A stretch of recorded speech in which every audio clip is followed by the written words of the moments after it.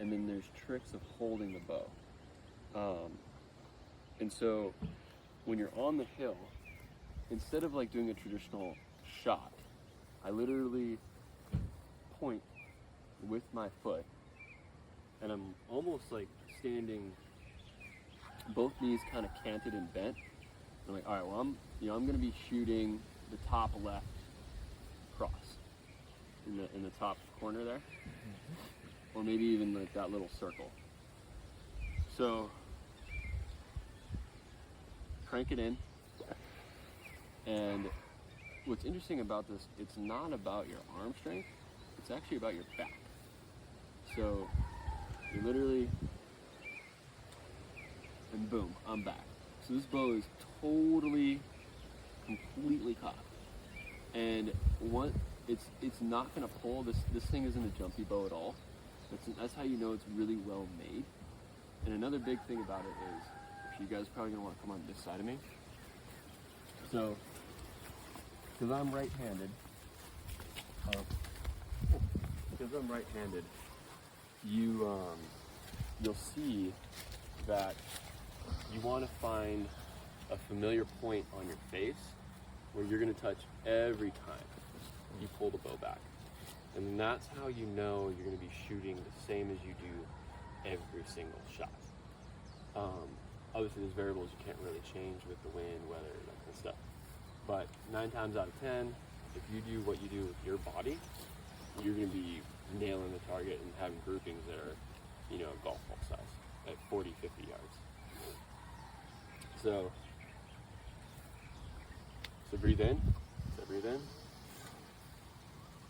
pull back, and then you kind of have your left arm a little bit bent, and then I have my thumb right here. I'm feeling my jaw. Okay, felt my jaw. I'm putting my pointer knuckle on the back of my jaw, and I kind of have my jaw, my hand sitting in the crook. So I'm literally holding the bow string with my head, and then I'm lining up. Okay, and my nose is actually touching the string. See that? Mm-hmm. So I feel this. I know exactly, and then there's a level on the bow. Okay, and then you literally lean into your shot. Boom. I didn't drop my hand, so that's something that that's a bad habit that I've been working on. But you want to literally pull that, let it. So it's just a quick, and you don't want to really hold. The longer you hold your bow, the more inaccurate you're going to be. So trust your instinct. Your brain is phenomenal. We are geniuses in calculating all sorts of shit that you don't even think about. Windage, the freaking the elevation of the ground, everything.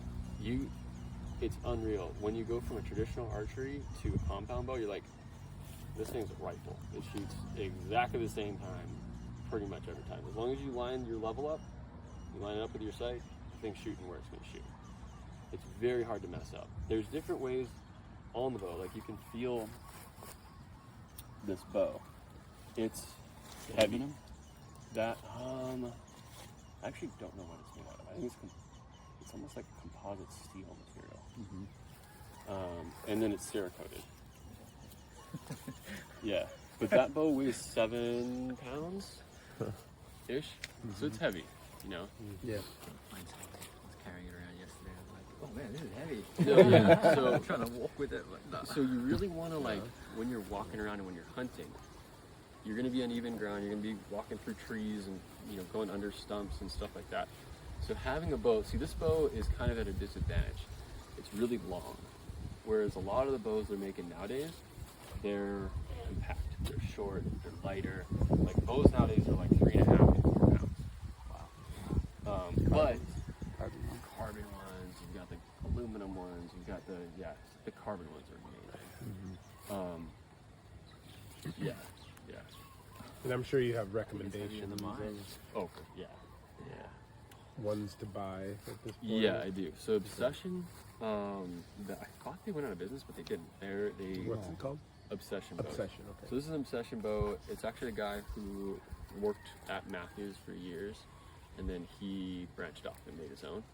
And his stuff's great. I pretty much, the reason why I recommend these is they have more of a pistol grip, and I really like that. It just feels really good. It's not just a straight, but it's just all personal preference. I mean, Hoyt, Matthews, Bear, all three of those brands, ESE, they all make phenomenal products. So you can't really go wrong. It's just what I would recommend to you guys is it's all about being comfortable. Who cares what you shoot? It's just as long as you feel good with it, and realize that you're going to be spending, and this was a big thing for me, and it sucked. It was like, because to get this set up is like $1,300, but you shoot 3 deer, it just paid for itself. Right. It's just, and realizing that in Hawaii, Explain that to your wife. Right. right? Oh man, I know. So I had to do that. Yeah. She's like, "What'd you put on the credit card?" And I was like, "Oh, That does me. yeah, exactly." And luckily for me, I'd already killed a couple deer with the recurve bow, Oh wow. and I was like, "I'm losing deer with the recurve. You know, like I need to be able to get these things." She's like, "Okay, all right, that's it. I see, fine." And it's a lot, you know, to work that out. So just realize you are going to be spending that amount of money to get if you're crafty on the Facebook marketplace or the Craigslist or whatever, you know, Telegram, you can find packages like this, because this bow is 8 years old. Yeah. And this bow, I'm still using it, shoots fucking great. But you can get into these gear hog kind of guys where they're like, my latest and greatest thing, like, Yeah. what is it? I want it. It's mine. Let's do this. Yeah. Where, yeah, exactly. And then they sell it to you later. So you can find those guys and get the year or 3-year-old model, even though it shoots just the same. It just doesn't have that latest camo print on it or whatever. Yeah. You know, so I got my note. you can take advantage of that. And so in same thing. So like in Hawaii, we have at a massive advantage to the world. We can literally hunt every day of the year. Is there much pig? Over there, Yeah. There's a pig in the backyard. In general. Get it? dude, there's tons of pigs That's what I here. thought, yeah. So I personally don't shoot a lot of pigs unless someone's like, I want this for my emu. I usually get a pig for Thanksgiving and I get a pig for New Year's for a couple of different families that I'm close with. And other than that, I'm not shooting pigs. Just the emu things. It's a process to do. Bad. Yeah, Even just yeah. processing a pig. And the meat itself for me is not as, you know, how do you describe it? Doesn't have the vitality Clean. of, yeah, clean. It's not as clean as the deer meat. The deer meat's just like, and it has no gamey taste here. It tastes like beef. It's just good stuff. And good for everybody. All the bone marrow and the liver and everything like that. That's another thing. So, just to get into it a little bit, so we're at 20 yards right now. If you can get an animal at 20 yards and you're this close to him, fuck yeah, that's amazing. It's very rare to be able to get a shot at 20 yards on any deer here. Pigs, all day. Those things can't see and they can't hear very well, and they're kind of in their own little world. They're super smart, but they're just, they need a little bit more. Their sensory is not like the deer. So right now that's a side shot on the deer. You can kind of just imagine it turning quarter, and you take your shot. So right now, we're in the wet season, which is a disadvantage for us as archers and hunting in general, because the grass is high and the shrubs are high. And what that does is, boom, you make that perfect shot on the animal. You nail that double long part shot. It kicks up. Usually the deer they'll kick. They'll like, oh, I got hit, or they'll drop down. They'll actually lay down. They're like, oh man, I'm blood pressure is down. You just hit you hit the engine. So then they'll pop back up, and then they'll just start walking or running. The big ones, they'll sprint, and then you're like, shoot. So it's like, okay, mark where you hit. Okay, I know it was about 20 yards, and break a stick or something, because you literally are going to want to just take a straight shot as maybe it's a gulch, maybe there's a cliff in front of you. You know, there's all these different variables that you need to think about to get to that position of where you shot and know the angle of what you hit, because your arrow has a fuckload of kinetic energy. So when that arrow leaves, if it's not a clear line of sight, if there's a twig, or if there's or if there's grass, the reason I shoot, and I've shot all the different broadheads. We're talking Grim Reapers that are expandable and retractable ones. The reason in Hawaii we shoot fixed blade 9 times out of 10 is this will cut through cane grass. And not only will it cut through cane grass, the cane grass won't affect the trajectory of the arrow. So boom, you're just gonna smash and hit exactly where you wanted to hit. It's 80 yards away. If there's a twig, what's crazy about arrows, and it just, I want to get into like a bit of a safety thing before we go back to the table and kind of sit down and talk shop. When you shoot an arrow, this is more deadly than a bullet. And the reason being is this will blast through sand, it'll blast through all sorts of shit. Just because of the weight behind the tip. With a bullet, the bullet's tiny. This thing's huge. So when you hit this and it goes and hits a stick that's in front of your target, your arrow can go a quarter mile. And there's houses, there's kids running over there, and you don't know where this arrow is going to go. So when you're training and when you're shooting archery, which it's totally legal. You can actually go to Giggle Hill, you can go to parks and stuff, and you can shoot. You can shoot.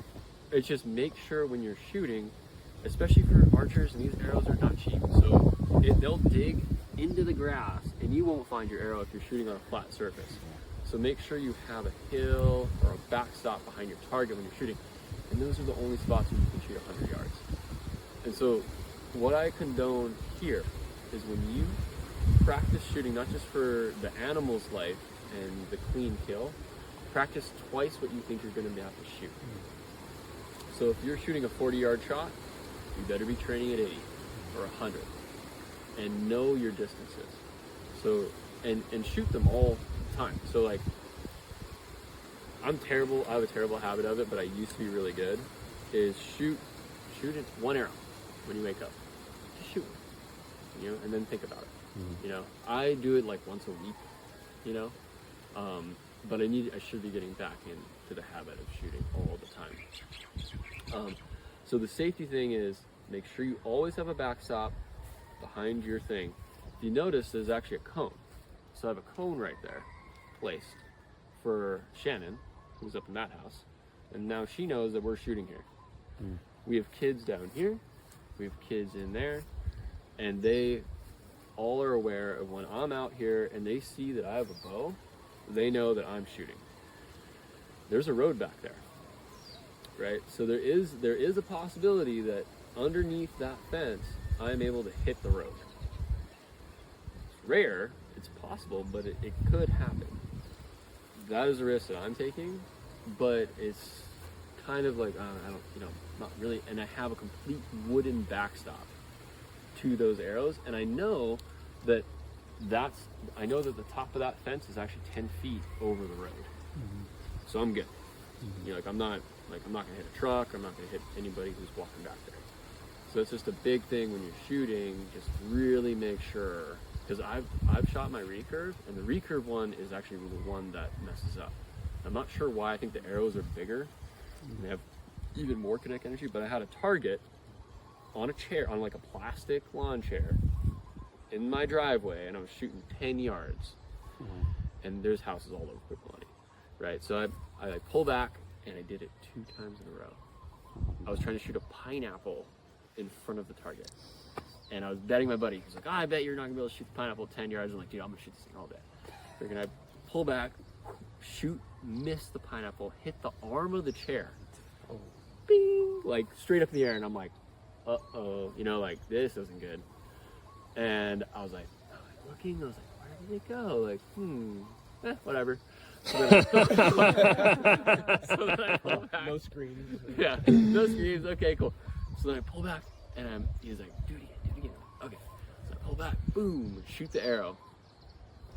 Dude, just hits the back of the chair, not the arm, the back of the chair, and it's like, bing, and I'm like, ooh, like this is not good, like really not good. Like I'm done. Like I'm not doing it on the chair. Let's like put it on dirt. Or Hide the bow. and my neighbor came over, livid. He's like, brother, look at my roof, bro. Look at my roof. He's like, bro, I was watching TV. Look at my roof.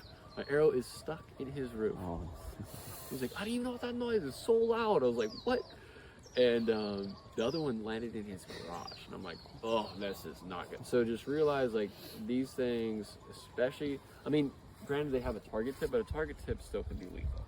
This thing, you really, I mean, 3 razor blades, get out of here. Like, that's going to destroy somebody. To really be aware of your surroundings and shooting. And another really kind of getting to more of the positive things is when you're hunting with a bow here, 9 times out of 10, someone like I would walk from my house to the gulch, right? And there's houses and neighbors, and everyone says hi. Yeah. No one's, they're like, oh, good luck. Like, get out there, go get one, you know. Whereas with you have a gun, they're like, Yeah. like, dude, there's like a guy with a gun on my street. Like, it's completely different vibes. And so that's another thing why I really condone archery, because it's more responsible, not just for the animal, but for yourself. It's more positive in the society. They're not looking at you like you're a killer or something like that. And it's, you get to go out in camo. Whereas with guns, you gotta wear orange and all this other stuff, where we don't have to do that. In Hawaii too, I wear shorts 9 times out of 10. Unless I'm walking in like La Perouse area where there's lava rock and stuff, then I'll throw lightweight pants on and I can get into the gear. So we can kind of get into that actually. Let's do that. Let's maybe grab some more coffee, do like a bio break.